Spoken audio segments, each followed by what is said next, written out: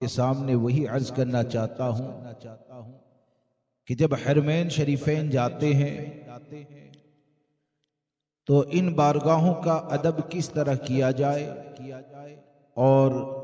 کن چیزوں سے بالخصوص پرہیز کرنا چاہیے، کیونکہ آج کے ماحول میں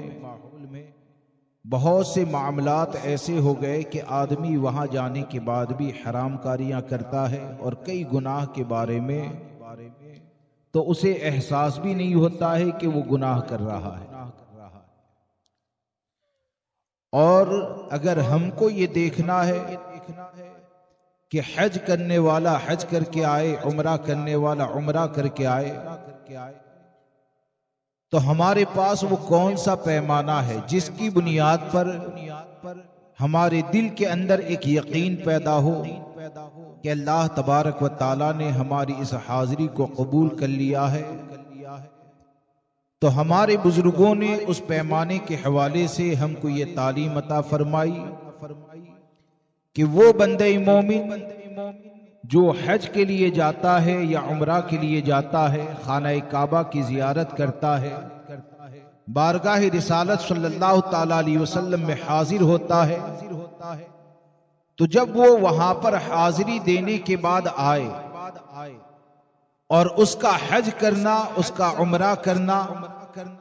اگر اس کی زندگی کو اس طور پر بدل دے کہ وہ گناہوں سے دور ہو جائے اور اس کا سفر اسے دیندار اور شریعت کا پابند بنا دے، تو یہ اس بات کی دلیل ہے کہ اس کی حاضری کو اللہ نے قبول فرما لیا ہے۔ یہ ایک پیمانہ عطا کیا گیا ہے۔ اب آپ دیکھیں کہ جو عمرہ کرنے کے لیے جاتے ہیں، حج کرنے کے لیے جاتے ہیں،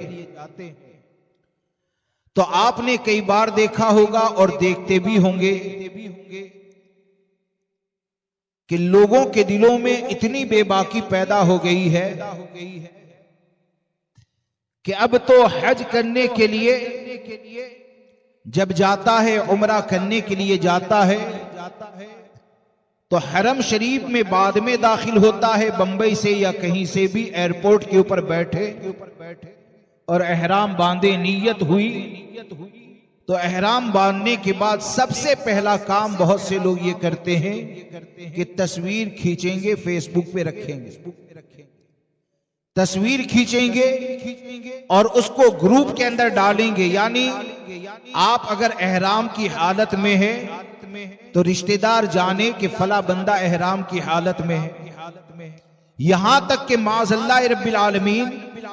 جب خانہ کعبہ میں داخل ہوتے ہیں تو کعبہ شریف کے پاس کھڑے ہو کر تصویر اور ویڈیو شوٹنگ کا معاملہ اس طور پر ہوتا ہے کہ خود میں نے اپنی نظروں سے دیکھا کہ اگر ان لوگوں کو دیکھا جائے تو محسوس نہیں ہوتا ہے کہ یہ خانہ کعبہ کا طواف کرنے کے لیے آئے، بلکہ ایسا لگتا ہے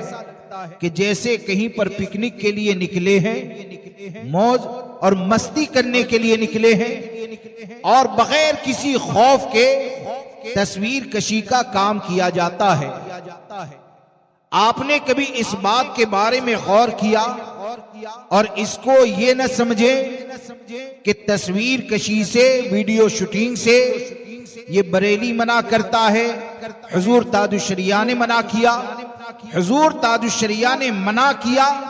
لیکن اسی بات سے منع کیا جس چیز کو امام الانبیاء نے حرام فرما دیا۔ اس لیے ایسا نہ کہیں یا کوئی کسی سلسلے کی بات نہ کرے، بات یہ ہے کہ جس کو نبی اکرم صلی اللہ تعالی علیہ وسلم نے ناجائز و حرام کہہ دیا تو یقین جانے اس کو ناجائز و حرام ہی ماننا پڑے گا۔ آپ دیکھیں کہ کوئی اگر خانہ کعبہ کی زیارت کرنے کے لیے جاتا ہے تو جانے والا اپنے دل کے اندر یہ سوچے کہ اگر خانہ کعبہ کے پاس کھڑے رہ کر اگر وہ تصویر کھینچتا ہے، اگر وہ ویڈیو بناتا ہے، تو آپ نے کبھی سوچا کہ تصویر یہ ایسی نحوست کی چیز ہے کہ نبی اکرم صلی اللہ تعالی علیہ وسلم نے جب مکہ معظمہ کو فتح کیا تو مکہ معظمہ کو فتح کرنے کے بعد آپ اس وقت تک خانہ کعبہ میں داخل نہیں ہوتے ہیں جب تک کہ خانہ کعبہ کو تصویروں سے پاک نہیں کر دیا گیا. یعنی ہمارے آقا صلی اللہ تعالی علیہ وسلم وہ خانہ کعبہ کو تصویروں سے پاک کرتے ہیں. اور یہاں پر حال یہ ہو گیا کہ بھئی ہزاروں لوگ تصویر کھینچتے ہیں، ہاتھ کے اندر موبائل آ گیا تو کوئی خانہ کعبہ کے پاس ہوتا ہے، کوئی چادر پکڑ کے تصویر کھینچواتا ہے، کوئی دعا کے لیے ہاتھ اٹھا کر تصویر کھینچواتا ہے. تو آپ ذرا سوچیں اور اس بات کے اوپر غور کیجئے گا کہ جب نبی اکرم صلی اللہ تعالی علیہ وسلم نے خانہ کعبہ کو تصویر سے پاک کر دیا تو اس جگہ پر کھڑے رہ کر تصویر کھینچوانا، تو کیا تمہارا موبائل جب تصویر کھینچنے کے لیے چلتا ہے تو دین سے اتنے زیادہ دور ہو گئے کہ تم کو یہ احساس بھی نہیں ہوتا ہے کہ جس نبی کا کلمہ پڑھتے ہیں وہ نبی نے تو ہم کو یہ تعلیم دی ہے کہ تصویر بنانے والے پر کل میدان محشر میں سخت عذاب دیا جائے گا، تصویر بنانے والے کو عذاب کے اندر گرفتار کیا جائے گا. اب آپ سوچیں کہ نبی اکرم صلی اللہ تعالی علیہ وسلم تو یہ تعلیم دیتے ہیں کہ جو تصویر بنانے والا ہے اسے سخت عذاب دیا جائے گا، اور وہ سخت عذاب کا کام کس جگہ پر جا کر کریں گے؟ خانہ کعبہ میں داخل ہونے کے بعد کریں گے. کس جگہ پر جا کر حرام کام کریں گے؟ کہ جس جگہ کے بارے میں ہم کو یہ کہا گیا کہ اس جگہ پر کھڑے رہ کر اگر کوئی آدمی ایک نیکی کرتا ہے تو اللہ تبارک و تعالی اسے 1,00,000 نیکیوں کا ثواب عطا فرماتا ہے، اور ایک گناہ اگر کرتا ہے تو 1,00,000 گناہوں کے برابر وبال بھی ہوتا ہے. تو آپ مجھے بتائیں کہ آپ حج کے نام کے اوپر گئے، آپ عمرہ کے نام کے اوپر گئے، تو خانہ کعبہ میں داخل ہونے کے بعد آخر آپ نے کون سا کام کیا؟ آخر آپ نے کون سا عمل کیا؟ تو لہٰذا اس بات کو یاد رکھ کر چلیں کہ جو حرام ہے دنیا کے کسی بھی حصے میں چلے جاؤ وہ حرام ہی ہوتا ہے، لیکن یہ کہ مکہ معظمہ میں داخل ہونے کے بعد، حرم شریف میں داخلے کے بعد اگر حرام کرتے ہو تو ہندوستان میں حرام کام کا جو گناہ ہوتا ہے نا اس سے 1,00,000 گنا زیادہ عذاب کا ذریعہ حرم شریف میں داخل ہونے کے بعد گناہ کرنا ہوتا ہے. لہٰذا آپ جب عمرہ کے لیے جاتے ہیں، حج کرنے کے لیے جاتے ہیں، تو عمرہ کرنا، یہ حج کرنا، یہ گناہوں سے پاکی کا ذریعہ ہوا کرتا ہے. آدمی کو گناہوں سے پاک کر دیا جاتا ہے. تو واقعی میں اگر گناہوں سے پاک ہونا چاہتے ہیں تو ہم سب پر لازم یہ ہے کہ ہم حرام کاموں سے پرہیز کریں. بلکہ آپ دیکھیں کہ یہ کتنی بڑی بے باکی ہے کہ آدمی مدینہ منورہ جاتا ہے، مکہ معظمہ جاتا ہے، وہاں سے ویڈیو بنانے کے بعد اور اتنے ڈیڑھ ہوشیار کہ ویڈیو بنائیں گے، اور ویڈیو بناتے ہوئے یعنی حضور صلی اللہ تعالی علیہ وسلم کے روضہ مبارک کے سامنے، جالی انور کے سامنے کھڑے ہو گئے، کھڑے ہو کر ویڈیو بناتے ہیں کہ ہندوستان کے تمام مسلمانوں کو یہ ہو جائے، وہ ہو جائے، میرے رشتہ دار کو اس جگہ کی حاضری نصیب ہو جائے، اور طرح طرح کے تماشے کیا کرتے ہیں. یقیناً مسلمانوں کے لیے دعا کرنی چاہیے، لیکن یہ کہ آپ نے کبھی اس بات کے اوپر غور کیا کہ ہم سنی ہیں اور ہمارا عقیدہ کیا ہے؟ ہمارے آقا صلی اللہ تعالی علیہ وسلم آج بھی حیات ہے. عقیدہ ہے کہ نہیں؟ اور مدینہ منورہ کا ادب و احترام یہ تو اتنا زیادہ کہ آپ ذرا دیکھیں کہ ہمارے بزرگوں میں سے ایسے گزرے ہیں کہ وہ مدینہ منورہ کی موت کی تمنا کیا کرتے تھے. بلکہ خود سرکار سیدنا فاروق اعظم رضی اللہ تبارک و تعالی وہ اکثر یہ دعا کرتے تھے، اللہم ارزقنا شہادتا فی سبیلک واجعل موتی فی بلد رسولک. یعنی فاروق اعظم رضی اللہ تبارک و تعالیٰ یہ دعا کرتے تھے کہ اللہ تبارک و تعالیٰ مجھے اس کے محبوب کے شہر میں شہادت کی موت عطا فرمائے. اور یہ فاروق اعظم کی دعا قبول ہوتی ہے، یعنی آپ شہید بھی ہوتے ہیں اور مدینہ منورہ میں اللہ تبارک و تعالی آپ کو موت بھی عطا فرماتا ہے۔ اور مدینہ منورہ کا ادب و احترام اتنا زیادہ کہ ہم علماء سے سنتے تو ہیں لیکن کبھی اس بات کے اوپر غور نہیں کرتے ہیں۔ علماء سے سنتے تو ہیں لیکن کبھی اس بات پر غور نہیں کرتے ہیں کہ وہ مدینہ منورہ کہ جہاں پر اگر کوئی مسافر بھی آتا نا تو سرکار سیدنا فاروق اعظم رضی اللہ تبارک و تعالیٰ اس سے کہتے کہ تمہارا جو بھی کام ہے، یعنی جس کام سے تم مدینہ منورہ آئے ہو نا، تمہارا کام جیسے ہی ختم ہو جائے تم مدینہ منورہ کو چھوڑ دو، یعنی یہاں سے نکل جاؤ، کیونکہ مدینہ منورہ کے جو آداب ہیں، اس کا لحاظ ہے، اس سرزمین کا جو ادب ہے وہ ادب تم نہیں جانو گے،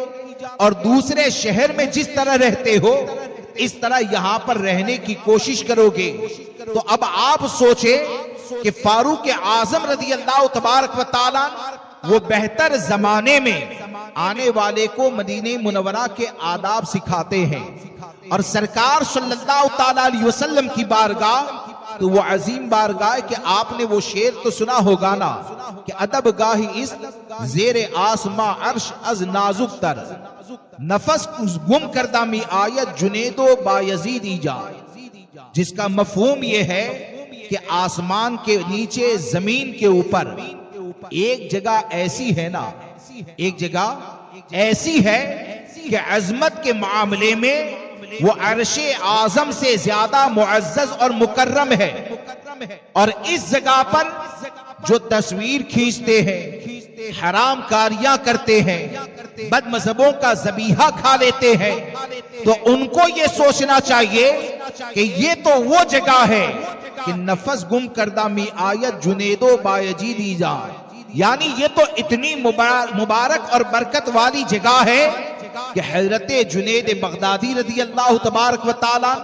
حضرت بایزید بستامی رضی اللہ تبارک و تعالیٰ، یعنی اتنے جلیل القدر اکابر اولیاء کرام اس جگہ پر آتے ہیں تو اپنی سانس کو بھی روک لیا کرتے ہیں، یعنی حضور کی بارگاہ میں کھڑے رہ کر سانس کو لینا اسے بھی وہ بے ادبی سمجھتے ہیں۔ اب آپ سوچیں کہ اتنے بڑے اولیاء کرام اس جگہ پر حاضر ہوتے ہیں تو وہ یہ سوچتے ہیں کہ اس بارگاہ میں تو اپنی سانس کو بھی روک لینا چاہیے۔ اس جگہ پر جا کر اگر کوئی تصویر کشی کرتا ہے،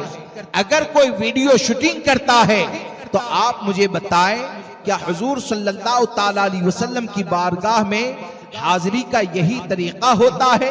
حضور صلی اللہ تعالیٰ علیہ وسلم کی بارگاہ میں حاضری کا طریقہ یہ ہے کہ آدمی ہر طرح کے گناہوں سے پرہیز کرے۔ اپنی آواز آپ اپنے شہر میں تو بلند کرتے ہیں، آپ اپنے شہر کے اندر اپنی بیوی کو بلاتے ہیں تو چلا کر آپ اپنی بیوی کو بلا لیتے ہیں، لیکن مدینہ منورہ وہ جگہ ہے کہ حضور کی بارگاہ میں اگر حاضر ہو جاؤ تو اس جگہ پر چلا کر تم اپنی بیوی کو بھی نہیں بلا سکتے ہیں، یعنی اس سے بھی روکا گیا ہے کہ تمہاری آواز بلند نہ ہو جائے۔ تو اس جگہ پر جب آواز کو بلند کرنے سے منع کر دیا گیا تو آپ اس جگہ پر کھڑے رہ کر تصویر آپ کھینچیں گے تو یہ تصویر کو حرام کس نے کیا ہے؟ یہ امام الانبیاء صلی اللہ تعالیٰ علیہ وسلم نے تصویر کشی کو حرام فرما